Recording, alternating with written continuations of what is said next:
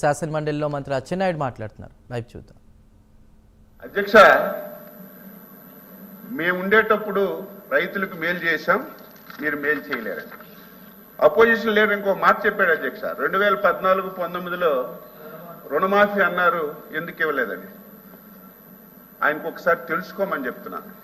3 విడతలుగా రుణమాఫీ ఇవ్వాలని ఆ రోజు ఉన్నటువంటి తెలుగుదేశం ప్రభుత్వం నిర్ణయం తీసుకుని 2 విడతలు అధ్యక్ష, తెలిసి మాట్లాడుతున్నారో ఎవరు నవ్వుతారని కూడా ఆలోచన లేకుండా 2 విడతలు రైతు ఒకేసారి 50,000 రూపాయలు ఎవరైతే రుణం మాఫీ బాకీ ఉన్నాడో ఒకేసారి 50,000 తీర్చాం అధ్యక్ష. రెండోసారి కూడా వేసాం అధ్యక్ష.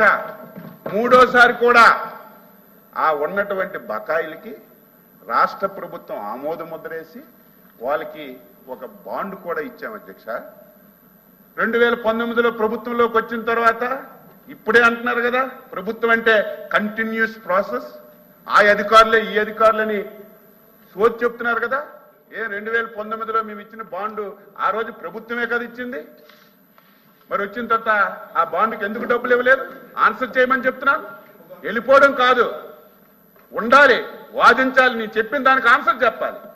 నేనేమైనా తప్పు మాట్లాడితే ఒక్కటైనా సరే ఆవు కదంట, నేను చెప్పింది ఒక్కటైనా సరే అవాస్తవం ఉంటే, అచ్చెన్నాయుడు గారు మీరు చెప్పింది తప్పని మీకు చెప్తే ఆన్సర్ చెప్తాను. ఏదో ప్రతిపక్షం ఉంది, మీరు ఆ చైర్లో ఉన్నారు, అవకాశం ఇస్తున్నారు, బయటకు వెళ్తారు.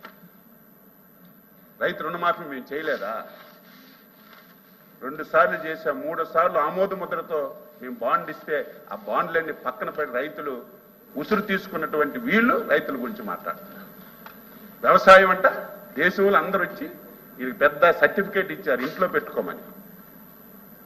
ఒకసారి అధ్యక్ష,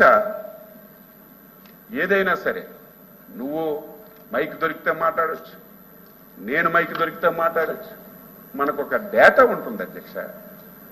గ్రోత్ అదేదో అచ్చెన్నాయుడు లేకపోతే తమరో తయారు చేసింది కాదు. కేంద్ర ప్రభుత్వం ప్రతి దాని మీద గ్రోత్ తయారు చేస్తుంది.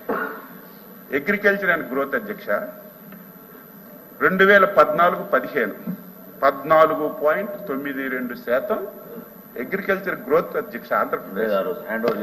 2015-16 అధ్యక్ష 16.85 అధ్యక్ష.